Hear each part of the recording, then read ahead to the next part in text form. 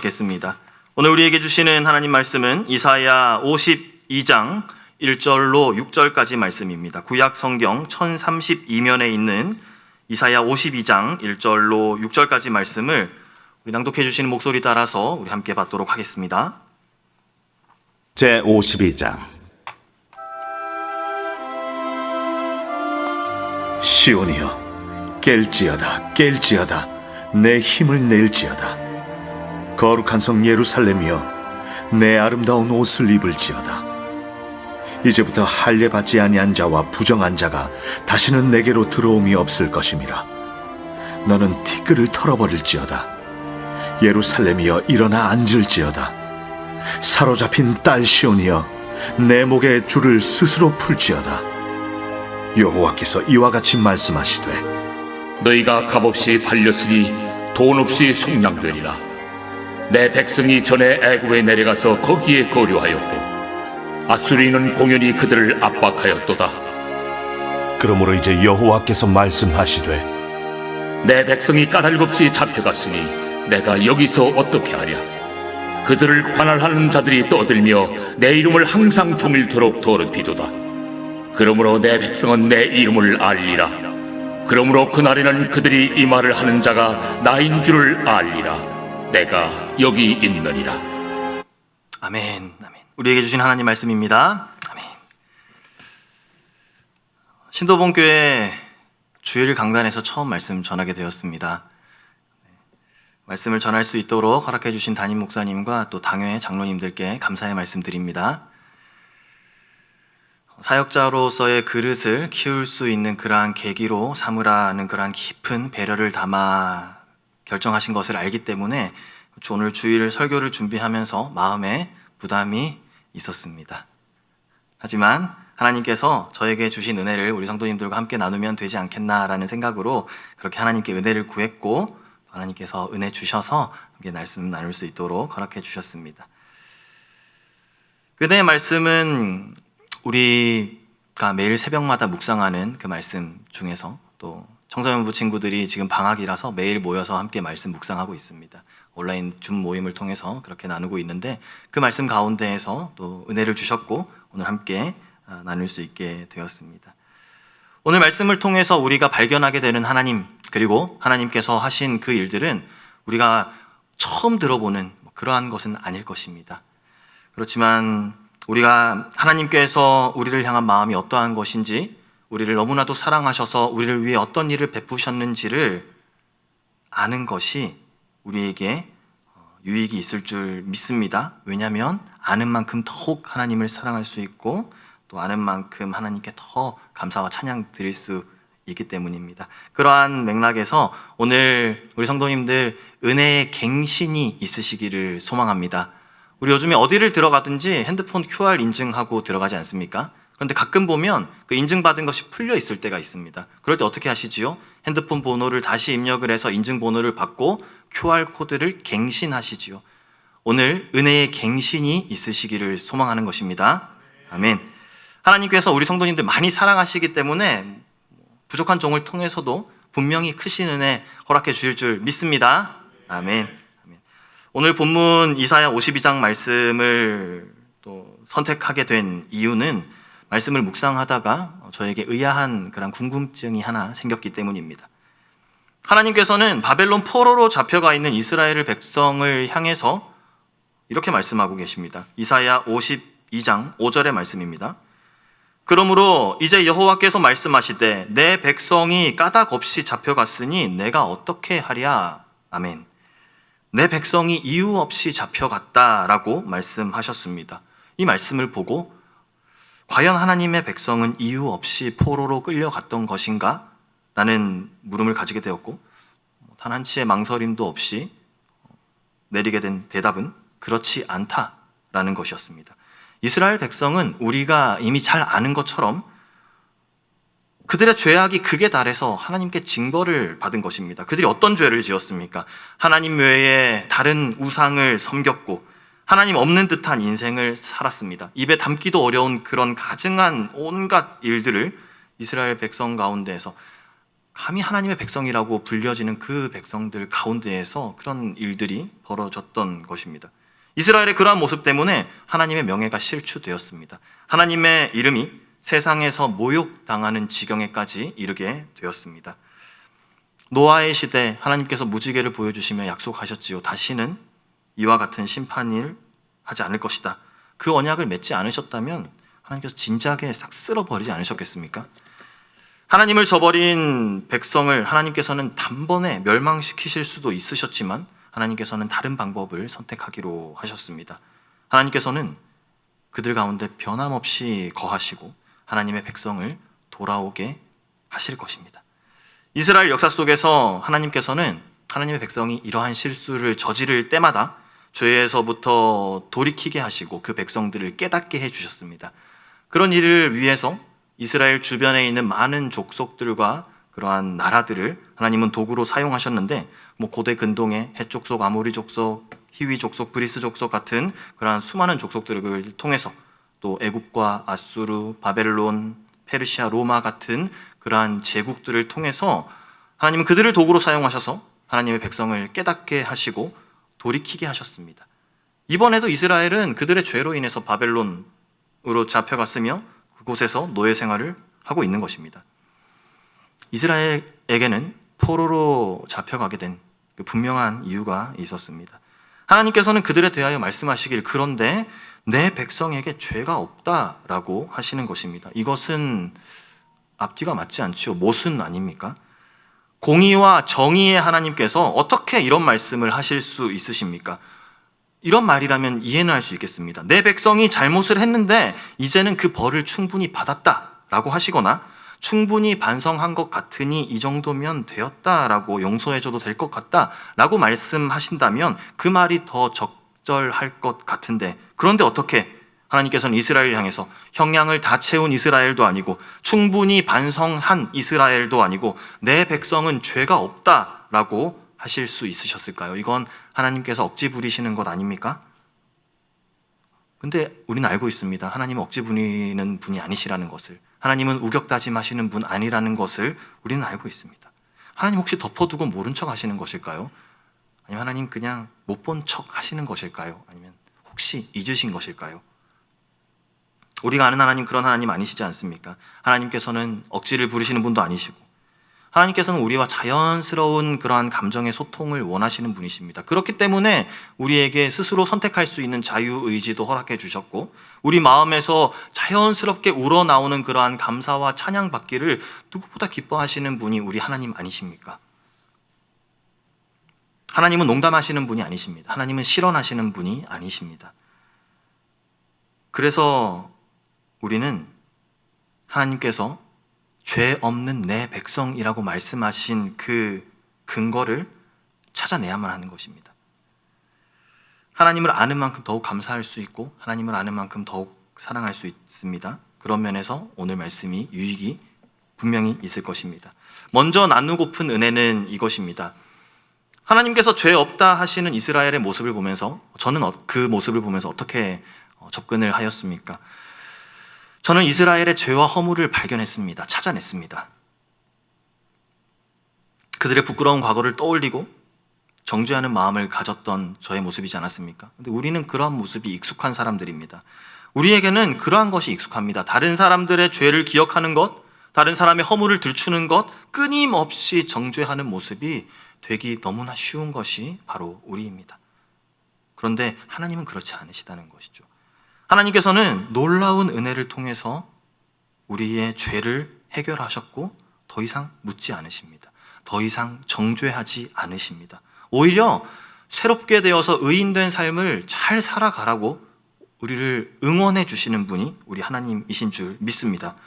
그렇다면 하나님께서는 어떠한 이유로 죄 없음을 선언하실 수 있었을까요? 저는 이 문제를 푸는 그러한 열쇠를 다음 이어지는 이사야 말씀에서 발견할 수 있었습니다. 공의의 하나님 앞에서 죄의 문제가 해결되기 위해서는 덮어둘 수 없습니다. 그 죄의 값이 분명히 치러져야 합니다.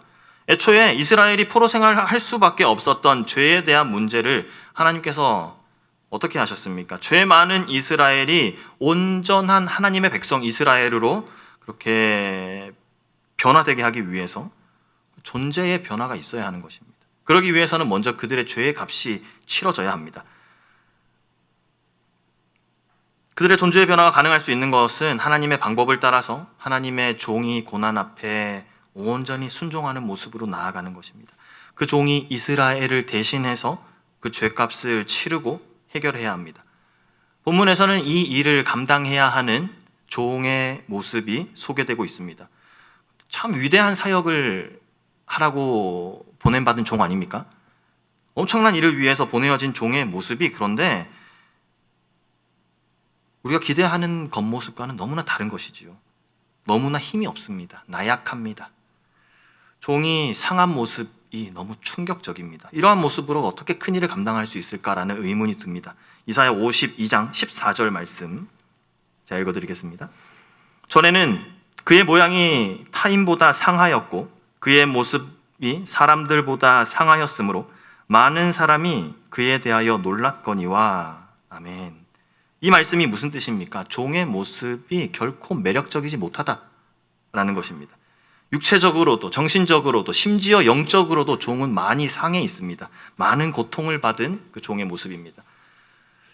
당시 사람들이 기대했던 구원자의 모습과는 정반대의 모습인 것이지요. 당시 사람들은 어떤 모습의 구원자를 원하고 기다렸겠습니까?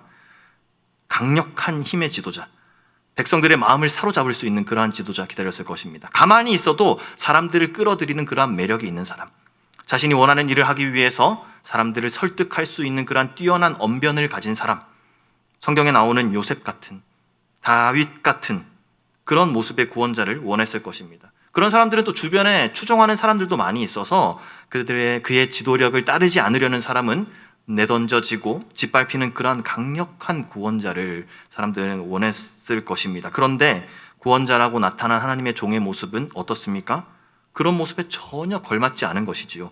아무것도 없어 보입니다. 오히려 부족한 점이 셀 수 없습니다.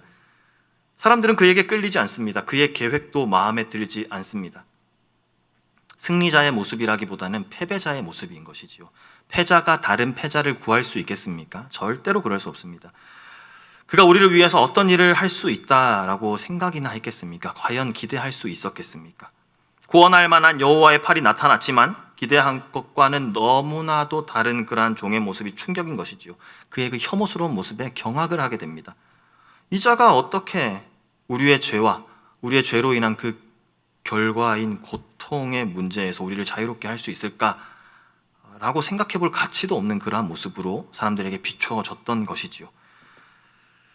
그 종이 우리를 위해서 고난당하는 동안 우리는 무엇을 하였습니까? 전혀 깨닫지 못했습니다. 종은 고난받고 그 모든 짐을 짊어지고 갈 때에 우리는 아무것도 깨닫지 못했습니다. 그들이 깨달은 것은 한참 후의 일이었습니다.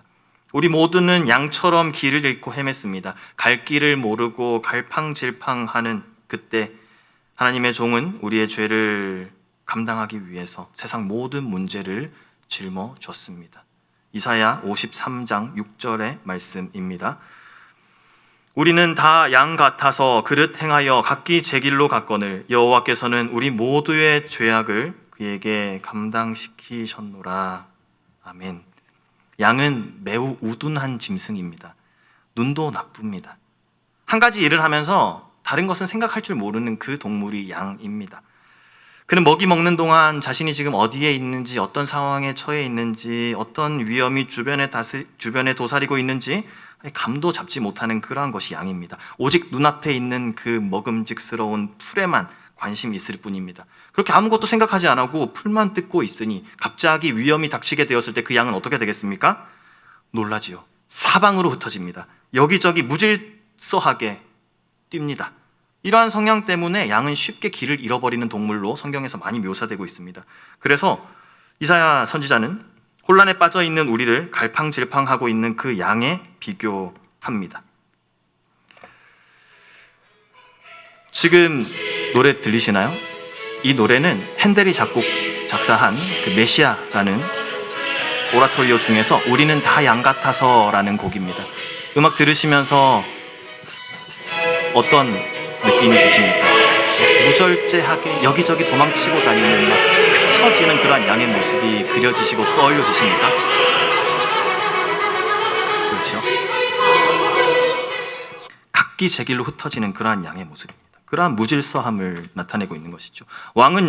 양은요 외골수입니다. 주변 상황을 전혀 의식하지 않습니다. 양은 풀 뜯다가도 다음에 뜯을 풀만 관심 가진다는 그런 모습이죠.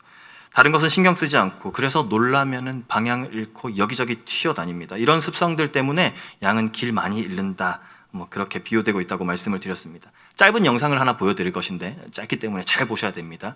양 한 마리가 지금 구덩이에 빠져 있습니다. 주인이 발에 줄을 묶어서 양을 구덩이에서 건져내 주지요. 구원함을 받은 양은 이렇게 도망가 가지만 다시 한번 쿵. 이것이 양의 모습입니다. 그런데 저러한 양의 모습이 우리의 모습이라는 것입니다. 우리도 우리가 선택한 결과가 어떨지 잘 알지 못합니다. 특히 우리의 죄가 영적으로 어떤 결과를 가져올지에 대해서 우리는 짐작도 하지 못합니다. 참 무지합니다. 그런데 그 죄로 인한 결과가 종에게 닥친 것이지요. 잘못은 우리가 다 하고 고난은 여호와의 종이 다 받았습니다. 얼마나 부당한 일입니까? 당시 관습대로 사람들은 어떤 고난당하는 사람을 보면 저 사람이 잘못을 했겠다 그렇게 생각합니다. 저 사람이 고난당하는 것은 저 사람의 죄악 때문이다 라고 여겼습니다. 그런데 사람들이 보는 것과는 다르게 하나님께서는 이 종을 우리의 죄악 때문에 고난당하게 하셨습니다. 우리가 양에 비유될 때는 그때는 양의 어떤 이미지가 우리에게 대입됩니까? 길을 잘 잃어버리는 그러한 양의 모습. 그런데 여호와께서 보내신 종도 양의 모습에 비교되고 있는데 여호와의 종에 비교되는 양의 모습은 어떤 모습입니까? 우리와는 다르게 양에 복종하는 그러한 모습, 순종하는 모습, 저항하지 않는 그러한 모습에 비유됩니다. 같은 양의 모습이 비유되어도 우리에게는 부정적인 그러한 특징들이, 반면 종에게는 긍정적인 그러한 모습의 특징들이 보입니다. 종은 우리와 같은 본성을 공유하지만 종에게서는 그 본질이 변화되는 것이죠. 이사야 53장 7절 말씀입니다. 그가 곤욕을 당하여 괴로울 때에도 그의 입을 열지 아니하였으며 마치 도수장으로 끌려가는 어린 양과 털 깎는 자 앞에서 잠잠한 양같이 그의 입을 열지 아니하였도다. 아멘. 종은 순결합니다. 종이 당하는 일은 분명히 부당한 일입니다. 하지만 종은 그 부당한 고난 앞에 고분고분히 순종합니다. 성경에 나타나는 많은 선지자들은 자신에게 부당한 일이 닥쳤을 때 부당한 그 일을 침묵하지 않습니다. 오히려 부당함을 말하고 알렸습니다. 그런데 종은 오늘 전혀 항변하지 않고 그것을 받아들입니다. 종이 나약해서 그랬을까요? 아니요. 종은 어쩔 수 없는 상황에서 아무것도 못한 것이 아닙니다. 알아채지 못해서 끌려간 것이 아닙니다. 스스로 하나님의 큰 목적을 위해서, 그 목적의 일부가 되기 위해서 자발적으로 참여한 것이지요. 종은 죽임당할 어떠한 일도 하지 않았지만 그러한 종에게 다가오고 있는 것은 죽음입니다. 그런 대우를 받을 이유가 전혀 없는 종이 받는 대우, 참 참담합니다. 괴로움 속에서 피하지 않고 곤욕을 당하고 있습니다. 이스라엘 백성들은 오히려 하나님을 향해서 하나님 왜 우리를 버리셨습니까? 하나님 왜 우리의 기도를 들으시지 않으십니까? 라고 항변했지만 정작 항의해야 할 더 큰 이유가 있는 여호와의 종은 전혀 그렇게 하지 않았습니다. 종이 이런 고난을 받는 것, 이런 대우를 받는 것 누구 때문입니까? 무엇 때문입니까? 하나님께서 선택하신 방법은 순종하여서 고난받는 이 종을 통하여서 하나님의 죄, 하나님이 이제 그 백성들의 죄를 해결하시는 것, 이것이 하나님께서 선택하신 방법입니다. 하나님은 자신의 백성을 구원할 능력이 있으신 분이십니다. 그리고 능력 있으신 하나님은 자신의 백성을 구원할 의지도 가지신 분이십니다. 하나님께서는 비록 하나님의 백성이 죄를 지었다 하더라도 결코 그들을 포기할 수 없으신 것이죠. 그들이 세상에서 참 하나님의 백성이 될 수 있도록 하나님께서는 회복시키시겠다 약속하고 계십니다. 그들이 더 이상 하나님으로부터 멀어지게 하지 않겠다라고 약속하고 계십니다. 하나님께서는 백성들과 온전한 관계를 원하시지만 그 전에 해결되어야 할 것이 있습니다. 불완전한 정의가 충족되기 전까지 그러한 관계를 가질 수 없기 때문에, 그 죄의 값이 해결되기 전에는 하나님과 백성의 온전한 관계가 유지될 수 없기 때문에, 회복될 수 없기 때문에 그래서 하나님께서는 자신의 정의를 충족시킬 수 있는, 자신의 사랑을 만족시킬 수 있는 그러한 한 가지 방법을 제시하셨습니다.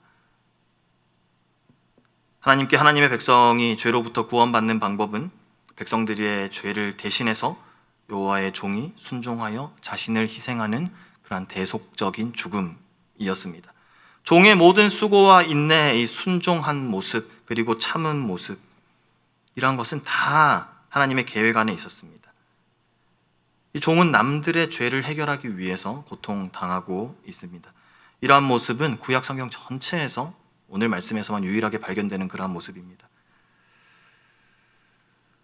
말씀에는 종이 받는 고통으로 가득 차 있습니다. 어떤 고통을 받습니까? 우리의 질고를 지고 우리의 슬픔을 당하였고 징벌을 받았고 맞으며 고난당했고 그는 찔렸고 그는 상했으며 그가 징계를 받았습니다. 그가 채찍에 맞았습니다. 그런데 그가 왜 무엇 때문에 이렇게 혹독한 고통을 당해야 했을까요? 종이 순환당한 이유는 바로 우리가 나음을 입도록 하기 위함이었습니다. 그는 우리가 죄 때문에 받아야 할 모든 징벌과 모든 고통을 받은 것입니다. 우리는 그런데 그것도 모르고 그가 죄를 지었기에 하나님으로부터 맞고 있는 것이다, 그렇게 생각했습니다. 그런데 그가 죽은 후에 모든 진실을 알고 보니 너무 충격적인 것이지요.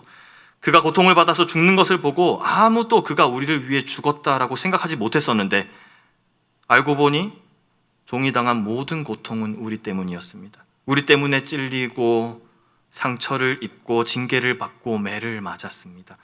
어떤 사람이 다른 사람을 대신해서 형벌받을 수 있겠습니까?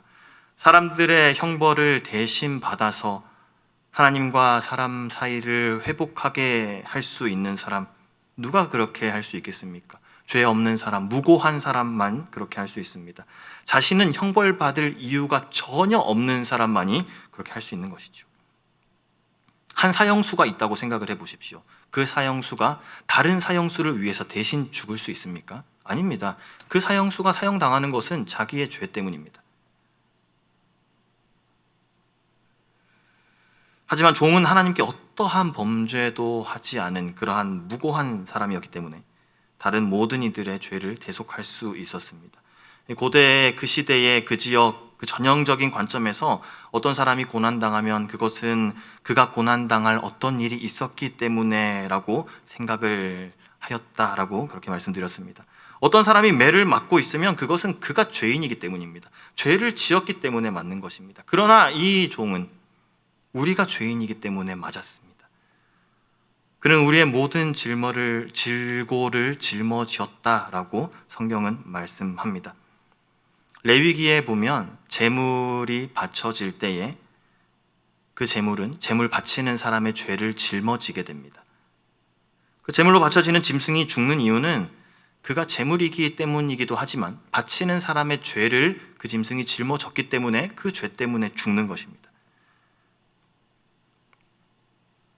그로 인해 종이 당하게 되는 고난의 표현들, 매맞고 찔리고 상하고 채찍에 맞는 이러한 고통들은 사실 우리가 겪어야 하는 그러한 고난이었다는 것입니다. 우리의 죄악 때문에 그가 상하였다라고 성경은 말씀하고 있습니다. 상하였다라고 말씀하는 이 단어의 뜻을 더욱 깊이 찾아보면 상함, 산산이 부서지는 것입니다. 가루가 되어서 없어질 만큼 상해버리는 것, 그러한 뜻을 가지고 있습니다.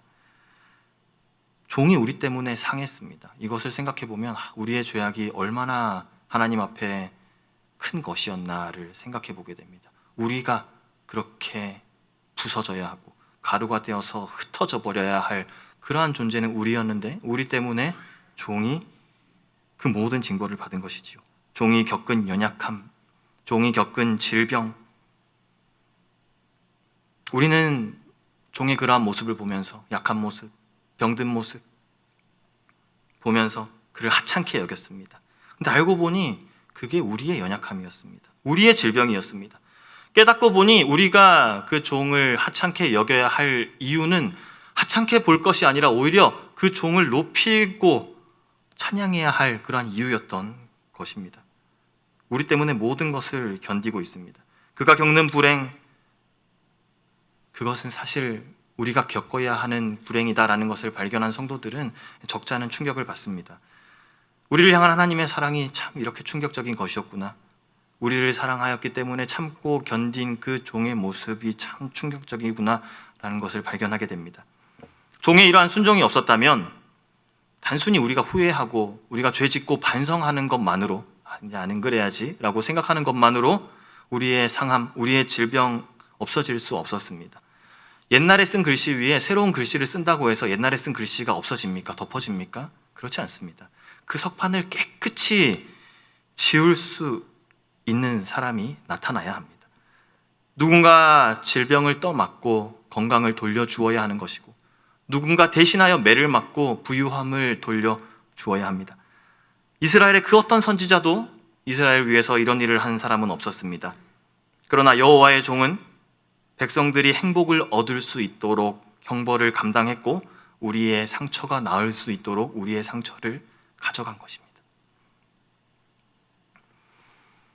대한민국의 어린이들이 참 사랑하고 좋아하는 엉뚱발랄 콩순이라는 애니메이션에서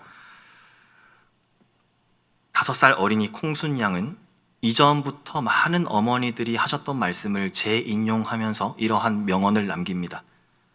어지리는 사람 따로 있고 치우는 사람 따로 있지.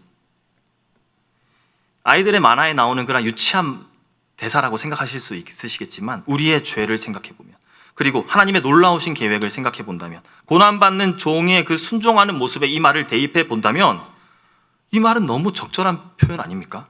어지르는 사람 따로 있고 치우는 사람은 해결해야 하는 사람은 과연 누구일까요? 지금까지는 의도적으로 그 이름을 말하지 않고 여기까지 왔습니다. 사도행전 8장에는 우리가 지금 하는 이 고민처럼 생각하는 것처럼 그가 누구일까를 심각하게 고민했던 한 사람이 있었습니다. 초대교회 집사 중에 한 명인 빌립 집사를 통하여서 깨달음을 얻게 된 에디오피아 사람의 이야기입니다. 빌립이 사마리아를 떠날 때 주의 사자가 빌립을 예루살렘으로부터 가사에 이르는 길로 인도했습니다. 빌립은 주님께서 자신 앞에 무엇을 계획하고 계시고 어디로 이끄시는지 알지 못하는 상황에서 믿음으로 그 이끄심에 순종하며 나아갔습니다. 빌립이 길을 가고 있을 때 저기 멀리서 에디오피아의 여왕의 그 모든 재정을 관리하는 내시를 만나게 되었습니다.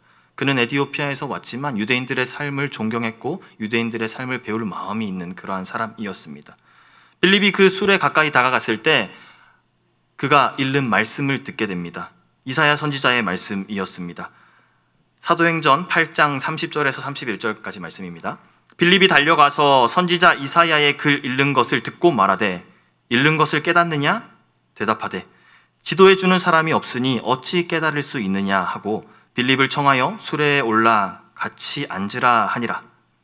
그는 이사야서 53장 7절 8절 말씀을 읽고 있었습니다. 근데 선지자가 말하는 사람이 누구인지를 알 수 없는 것이죠. 그래서 빌립에게 물어봅니다.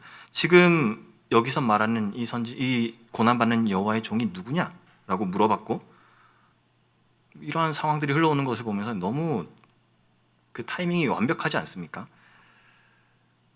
빌립이 이 말씀은 예수 그리스도에 대한 말씀이고 주님이 도살장에 끌려가는 양과 같이 자신의 사명을 그렇게 순종하신 분이라는 것을 분명히 알려주었습니다. 사도행전 8장 35절 36절 말씀입니다.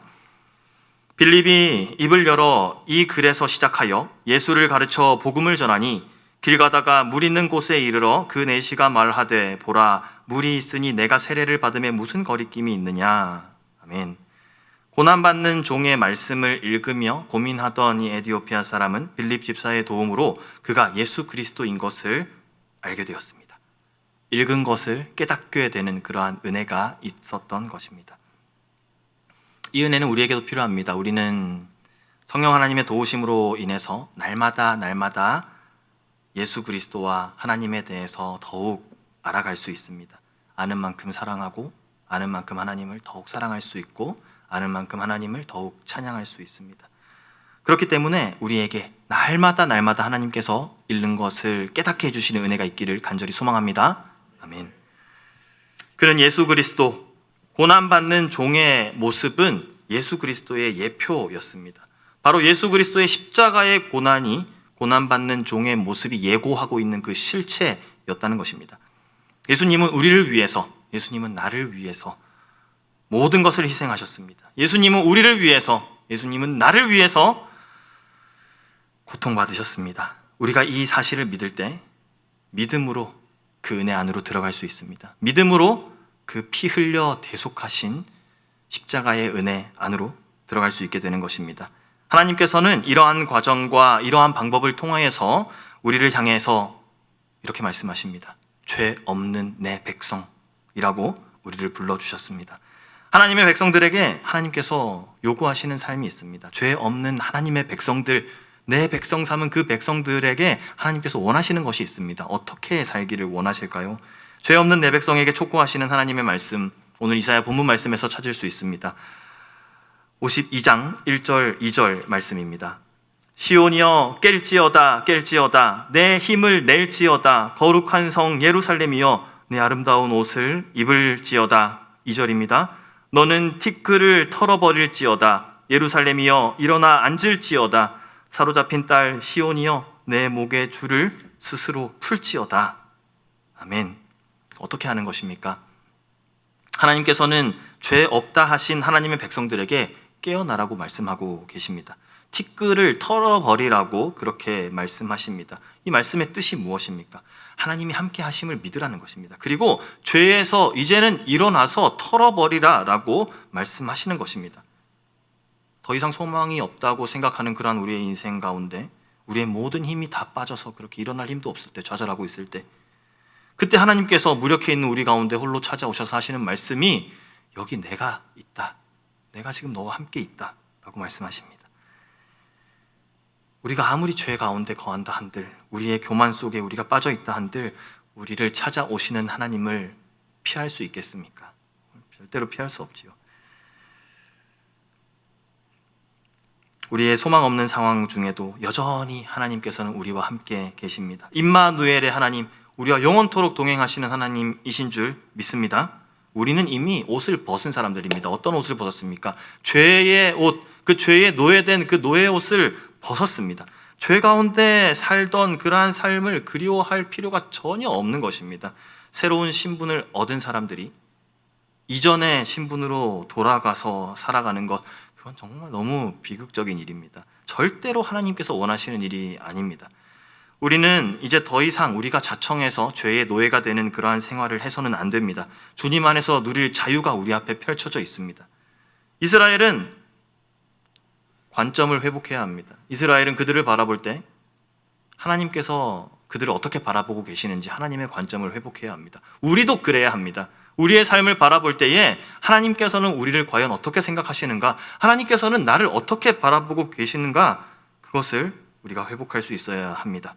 비록 이스라엘이 하나님 앞에 온갖 범죄를 저질렀지만, 그 너무나도 가증스러운 행위를 한 것은 사실이지만, 우리도 그랬지만, 하나님의 눈에 이스라엘은, 하나님의 눈에 하나님의 백성인 우리는 여전히 아름답고 정결합니다.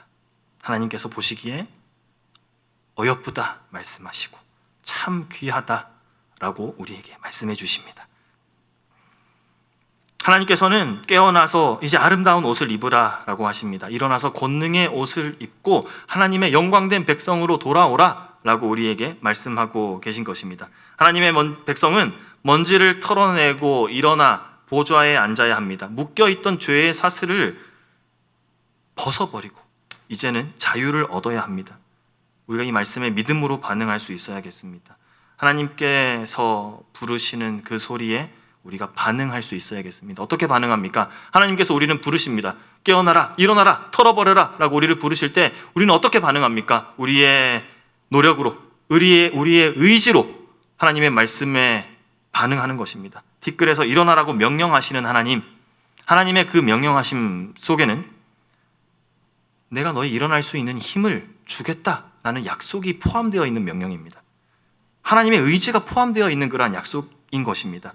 우리를 묶고 있는 그러한 사슬을 풀어버려라 라고 우리에게 명령하시는 그것은 하나님께서 이미 그 사슬을 헐겁게 풀어놓으신 것을 알려주시고 힘들게 사슬을 끊어내는 것이 아니라 이미 다 풀어놓은 그 사슬을 너희는 먼지를 털어내듯이 그냥 끌어버려라, 털어버려라 라고 말씀하시는 것을 우리가 깨달을 수 있어야 합니다. 이것이 하나님께서 우리를 위해서 하시려는 일입니다. 우리가 그것을 인정하고 믿을 때 우리의 인생 가운데 있는 모든 고통과 절망을 털어버릴 수 있습니다. 하나님께서는 우리 앞에 그런 기회를 펼쳐두시고 우리가 그걸 잡기를 기다리고 계신 것이죠. 믿음으로 반응하기를 보고 계신 것입니다. 속죄함 받은 자 어떻게 살아야 합니까? 우리는 어떤 존재들입니까? 죄사함 받은 성도의 모습을 오늘 이사야 본문 말씀과 아주 밀접하게 연관되어 있는 베드로전서 2장 20절로부터 25절까지 말씀에서 우리가 발견할 수 있습니다. 우리 5절의 말씀이지만 우리 다 함께 합독하여 보도록 하겠습니다.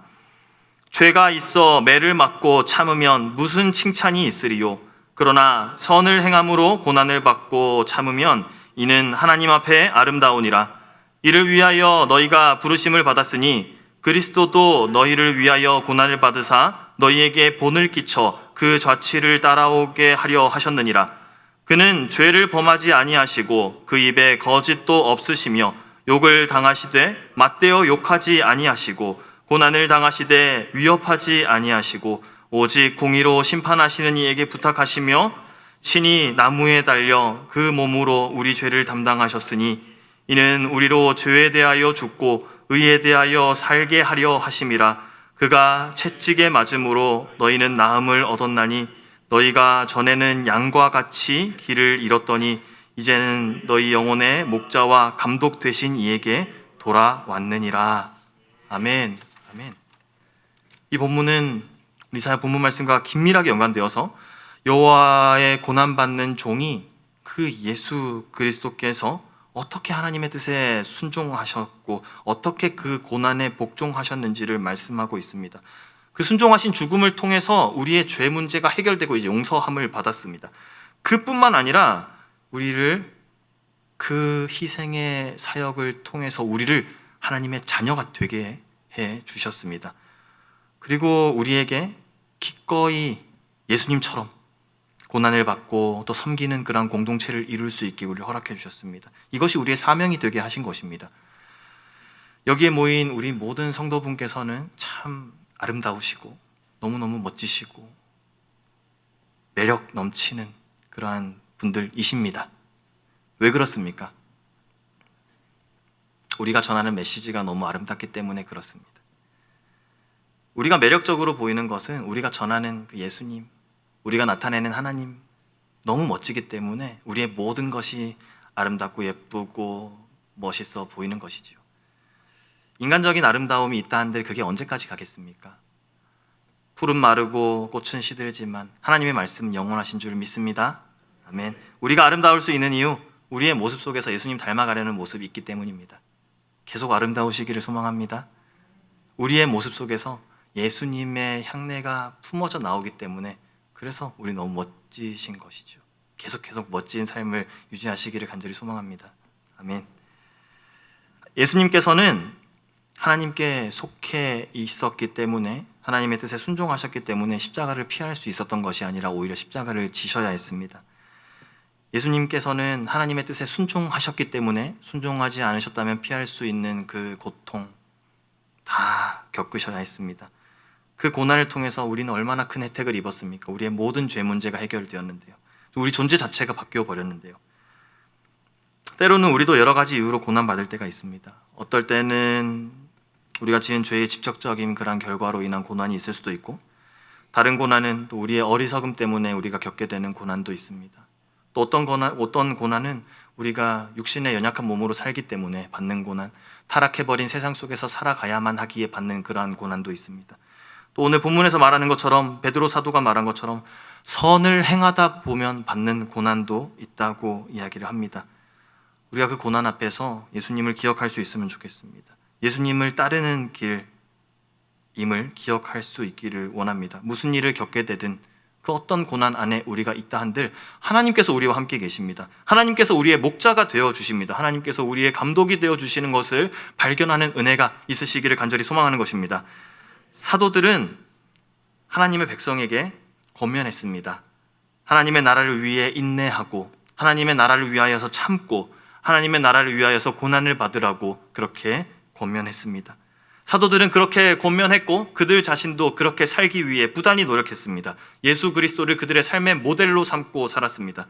대속적인 삶의 그 생활 방식에 있어서 그 대속적인 희생의 모습을 보여주는 삶을 살았습니다. 우리도 그렇게 할 수 있기를 소망합니다. 예수 그리스도를 모델 삼으실 수 있기를 원합니다. 예수 그리스도를 본받아 선을 위하여 다른 사람을 위하여 나 역시도 고난받을 수 있는 것입니다.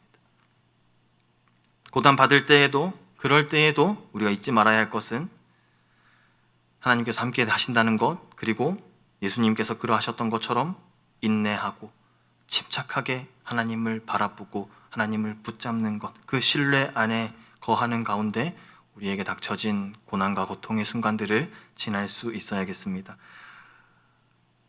우리 성도들이 그리스도의 발자취를 따라야 한다는 것의 또 다른 한 가지 의미는 고난 속에서도 하나님을 절대로 놓지 않는 것입니다. 그러므로 인해서 마음의 온전한 평화를 누리는 것이죠. 누구처럼요? 예수님처럼요. 예수님은 고난 가운데, 아픔 가운데 계셨지만 하나님을 온전히 믿는 신뢰, 그 믿음으로 인하여서 상황과 상관없는 평안한 마음속의 샬롬을 이룰 수 있으셨습니다. 우리도 그렇게 되기를 원하는 것입니다. 베드로전서 2장 25절 말씀입니다. 너희가 전에는 양과 같이 길을 잃었더니 이제는 너희 영혼의 목자와 감독 되신 이에게 돌아왔느니라. 아멘.